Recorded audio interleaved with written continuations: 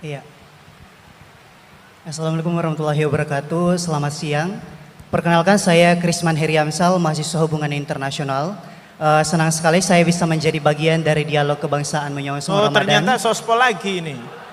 Saya tadi sudah cancel yang sospol. maaf. Jadi yang sudah kadung ya udah terus.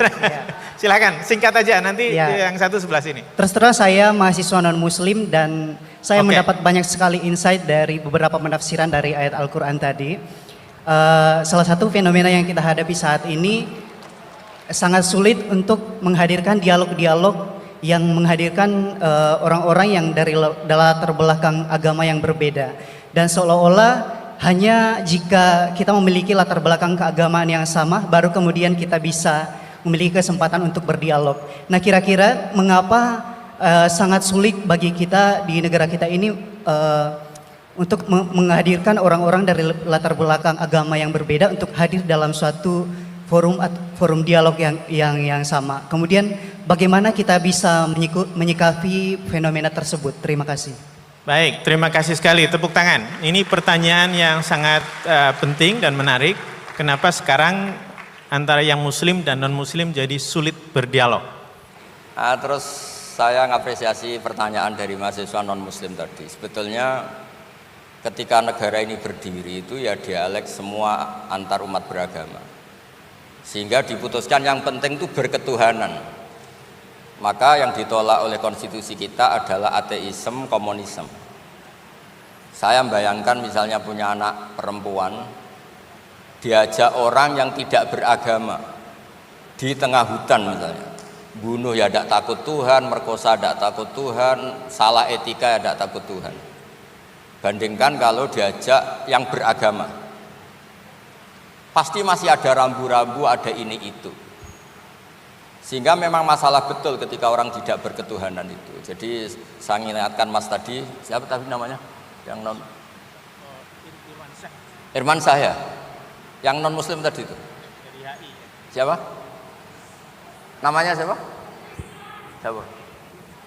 Kurang jelas. Siapa namanya? Krisman. Oke, namanya Krisman. Jadi Mas Krisman ya, kalau dibilang nggak pernah ada dialog dulu ketika negara ini berdiri, itu semua tokoh agama bersepakat. Termasuk saat itu ya ada Perindo, selain ada NU ada Perindo. Itu yang ditentang itu adalah ateisme. Karena kalau orang tidak bertuhan itu ngerinya itu ya tadi misalnya kita punya anak perempuan atau punya keluarga, diajak orang yang tidak beragama, misalnya berzina ya tidak takut dosa, merkosa ya tidak takut, bunuh ya tidak takut, karena nggak punya Tuhan. Mungkin takutnya sama polisi ya kalau ketahuan, kalau enggak. Tapi kalau orang bertuhan ini sistem kesalehannya, sistem kebaikannya ini berlipat-lipat. Takut hukuman Tuhan, takut sosial, takut ini itulah, sehingga kita bersepakat berketuhanan. Lalu kedua, ada beberapa kejadian nyata di beberapa negara yang fahamnya itu tidak bertuhan, itu bekas kondom atau bekas apa dipakai lagi, didaur ulang. Bahkan tinja yang bisa dikelola jadi bahan makanan. Kalau yang beragama tidak, termasuk mungkin di ilmu medis ini tidak wilayah saya, tapi saya cerita mungkin masalah-masalah kayak ya apa hal-hal yang menurut kita dilarang, menurut agama mereka enteng saja. Misalnya bikin cadangan-cadangan organ tubuh dan sebagainya. Kalau beragama itu masih enak, aturannya jelas. Kalau nggak beragama itu repot. Sehingga saya cerita sedikit lagi-lagi karena kadung dipuji ahli Quran Pak Kures sama saya. Saya cerita. Dulu ketika Rasulullah itu sugeng masih hidup, itu ada kekuatan politik. Satu Romawi bertuhan, yang satu Persia tidak bertuhan, tidak berkitab suci.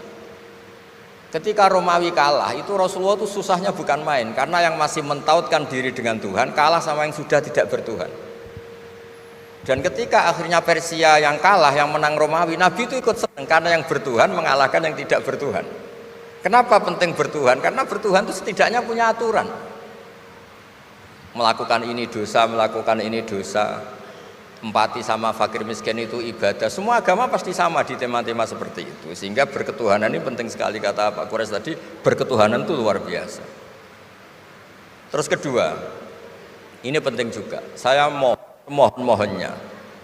Saya pernah juga disowani beberapa tokoh dari Mabes Polri. Saya sering bilang, Indonesia, utamanya pejabatnya harus terima kasih sama seluruh rakyat Indonesia. Karena itu aset yang sebenarnya Indonesia ya seluruh rakyat Indonesia.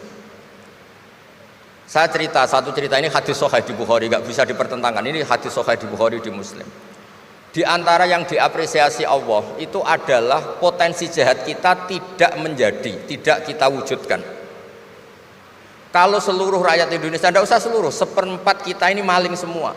Itu negara miskin kok, karena biayai kita di penjara 2 tahun, 3 tahun. Separuh kita mentalnya membunuh, habis Indonesia. 1/4 saja, 1/3 saja, 1/8 saja punya mental killer, itu habis Indonesia. Ketika rakyat kita, ketika tetangga kita, masyarakat kita tidak melakukan kejahatan, itu ketertiban yang sejati.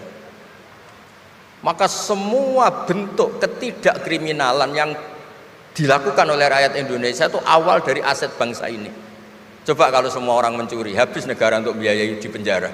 Semua orang kriminal, berkahnya mereka tidak melakukan, Indonesia baik-baik saja.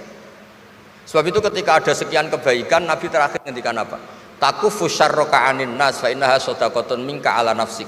Potensi jahat kamu jangan kamu lakukan, itu sudah menolong peradaban. Para gadis tetap gadis karena nggak diperkosa. Orang yang punya kambing satu tetap punya kambing satu karena nggak dicuri. Orang yang berkarir tidak terhenti karena karakternya nggak dibunuh, tidak dihujat, tidak dihentikan, tidak disetop oleh cibiran, oleh bulian. Maka di antara 7 orang yang dilindungi Allah, fi dzillihi yauma la dzilla illa dzilluh, itu Nabi hanya cerita orang yang nggak jadi. Di antara yang diceritakan Nabi dalam sebuah hadis, saya ini lelaki sejati, sangat mencintai sepupu saya, dan saya mau ngumpuli dia, tidak mau sampai saya kasih uang 100 dinar.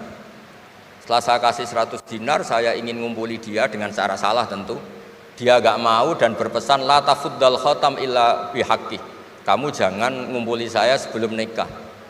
Singkat cerita, pemuda ini gak jadi melakukan hal yang nista, yang gak benar.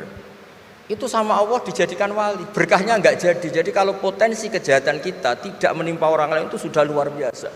Jangan nunggu berjasa kita dapat penghargaan setelah kita jadi kiai besar, jadi dosen UGM, jadi ini itu. Semua masyarakat kita yang menahan potensi kejahatannya itu adalah aset sejati Indonesia. Karena sekali mereka berkejahatan, entah itu mencuri, merkosa, habis. Harapan kita sebagai bangsa habis. Tapi selama ini nunggu ngapresiasi itu yang bentuknya fi'lu, yang bentuknya mereka melakukan apa, sebetulnya tidak melakukan kejahatan itu sudah bagian dari kebaikan yang luar biasa.